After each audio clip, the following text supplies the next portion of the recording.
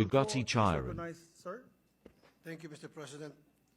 Good afternoon, Mr. President, distinguished colleagues.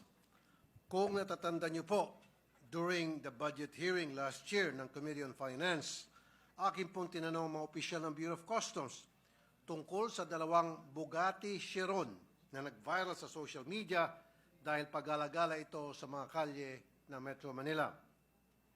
Ang Bugatti Chiron ay isa sa pinakamahal na sasakyan sa buong mundo na nagkakalaga ng $3 million kada isa. Ulitin ko po, $3 million kada isa. Madami na pong nangyari mula nung araw na yon. Panoorin po natin video.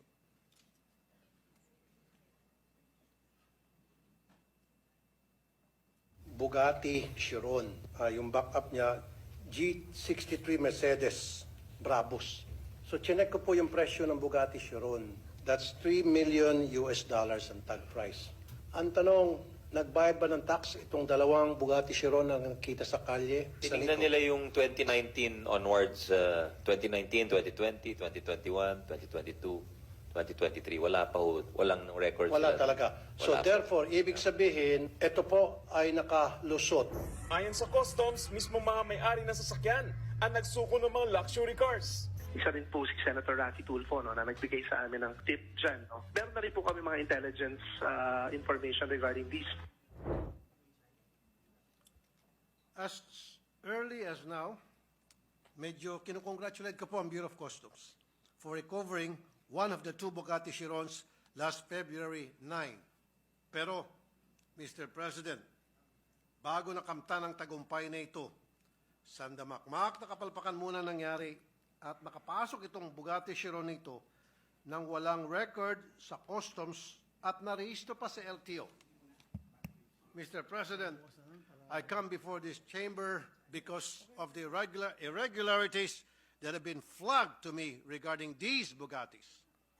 Una po, nung ito ay tinanong ko noong Nobyembre kung nagbayad ba ng customs duties ang mga ito, agad akong sinagot ng wala sa records ng Bureau of Customs na ito'y nagbayad ng duties and taxes, itong dalawang Bugatti. They confidently told me that they looked at the records from 2019 onwards at wala daw talaga, sa nakita niyo po kanina sa video. They said that before the Senate budget deliberations and they would not say that if they had no basis.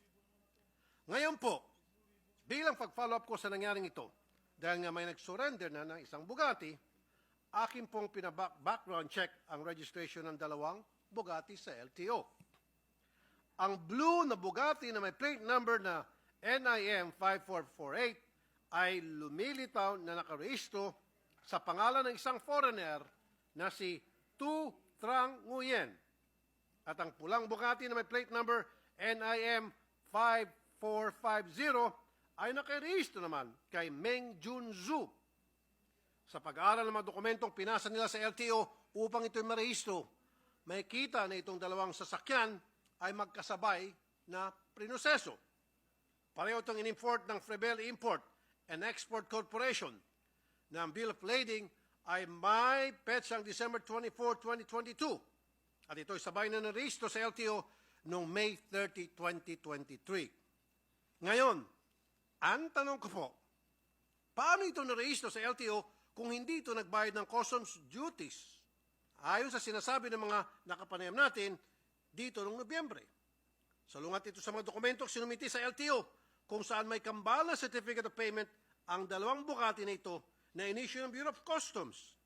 Noong December 27, 2022, nagbayad ng mahigit kumulang na 24.7 million ng Frebel Import ng customs duties ayon sa record na naisumiti sa LTO. Ang certificate of payment na ito ay pirmado ng customs collector na si Harold Agama at ng examiner na si Rosario De Leon. Sabi ng mga customs officials dito nung budget hearing, walang binayad. Pero ang sabi ng dokumento na pinasa sa LTO, meron. Saan po nangyaring himala, Mr. President? Noong panahon na ito, 2022, ang Customs Commissioner ay walang iba kundi si Yogi Filimon Ruiz. Marami akong nakukuhang balita na maluwag ang customs sa mga information or importation ng sasakyan noong mga panahon na yon. Sa madalit salita, maluwag as in, maluwag ang smuggling. At sino naman itong si Yasser Abbas, na Director for Imports and Assessment Services ng Bureau of Customs? Sa kanya dumadaan ang pag-approve ng mga pumapasok ng mga sasakyan. Ano ang nangyari dito? Mr. President, sanga-sangang problema po ang nais ko mabigyan diin ngayong araw. Una po, ang smuggling. Makikita po natin na may nakagawa ng paraan para mag-import ng mga luxury vehicles nang hindi nagbabayad ng karapatang buwis. Ayon sa kaduda-dudang Certificate of Payment na sinabit sa LTO, 24.7 million lang ang binayaran ng kada Bugatti owner. Pero kung i-compute ito, mahigit 207 million kada Bugatti ang estimated duties and taxes na dapat sana na-kolekta ng gobyerno. Ibig sabihin, naluging gobyerno ng 183 million pesos kada sasakyan, or a total of 366 million pesos ang nalugi. Ito ay kung tunay ang mga dokumentong sinumitin nila sa LTO. Tinawagan po namin ulit ang customs tungkol sa certificate of payment na ito. Ang sagot po ng customs kaninang umaga sa amin ay doubtful daw po sila sa legitimacy ng mga dokumento na sinabit sa LTO. Hindi pa po kami kayang idiretso. Pangalawa, Mr. President, may problema po ang LTO sa kanilang registration process. Paano po ito nakalusot? Napakarami na pong pagkakataon na may mga smuggled luxury vehicles na narehistro ang LTO. Siyempre, sasabihin nila, tinignan nila mga pinasang mga papeles at ito'y wala namang kahinahinala sa kanila nakikita. Ito na nga ang gusto kong matutukan natin dito. Sana maisaayos na ang modernization program ng customs para madaling mag-coordinate ang iba't ibang ahensya ng gobyerno tulad ng LTO. Dehado po ang taong bayan dito. We have to implement already the National Single Window Program. Itong customs, they keep on delaying it sapagkat sila ay kumikita dito. Just this year, we gave them a budget of more than 1 billion pesos for their modernization program. This should be utilized to enhance our ability to collect customs duties efficiently. Napakamakapangyarihan po nitong mga Bugatti owners. May galamay sila sa napakaraming ahensya ng gobyerno. At ayon sa isang article, itong si Trang Tu Nguyen, na isa sa mga may-ari ng Bugatti, ay isang insidente nang na-involve siya na isang Ferrari F8 pumasok sa EDSA bus lane. Ibig sabihin, marami pong exotic cars itong taong ito. Ano ba ang trabaho o negosyo nito sa Pilipinas? Kung legit na ito ay may trabaho o negosyo, nagbabayad ba ito ng buwis? Malamang sa malamang ay hindi. Dahil kung nakalusot ito sa customs na mahigpit ang pagbabantay nga, kung tutuusin, mas lalo pa sa BIR. Ilan pa kaya ang katulad ni Nguyen na may pribileyo sa customs, BIR, LTO at immigration? Mr. President, according to our Constitution, tayo po inatasang mag-evolve ng progressive system of taxation. Ibig sabihin, mas mataas ang kita, mas malaking binabayaran na buwis. Pero base sa mga napag-alaman natin ngayon, ang progressive po ay hindi taxation, kundi tax evasion. Mr. President, we need funds to run this government and to provide service to the people.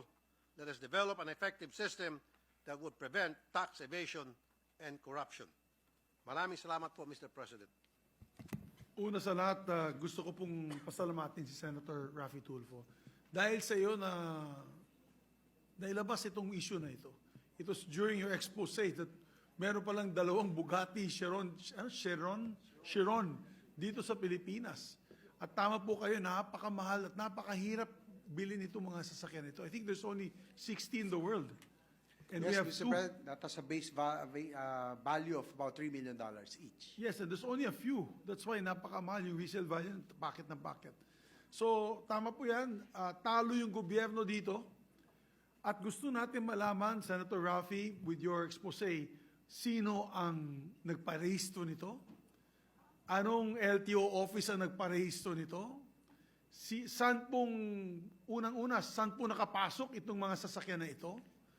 Which port? Meron bang kasalanan dito yung PPA, Marina, aside from the BOC on this particular issue? So we are one with you. That's why my suggestion to the staff, i-refer na po ito kaagad sa Blue Ribbon Committee para sabina na natin lahat itong mga agencies kaagad na to, and then tignan natin anong parusa ang maibibigay natin sa mga kasabwat dito sa krimen na to. I'm with you 1,000% on this. And I know that's why Senator Bato is listening intently, because that is also a law enforcement issue. Smuggling is, imagine kung nakaka-smuggle sila na napaganda sa sasakyan. Ano pang na-smuggle kaya nila before that? Could be drugs. Could be drug paraphernalia and equipment. So, I'm with you there. And also want to find out also the background nitong mga may-ari nito. Sino ba ito? Ang yayaman na nila, ang yayabang pa. Puro mga foreign nationals daw eh. So imagine if foreign nationals can trample on our own local laws. Our national sovereignty is being tested here. We have to put a stop on these shenanigans.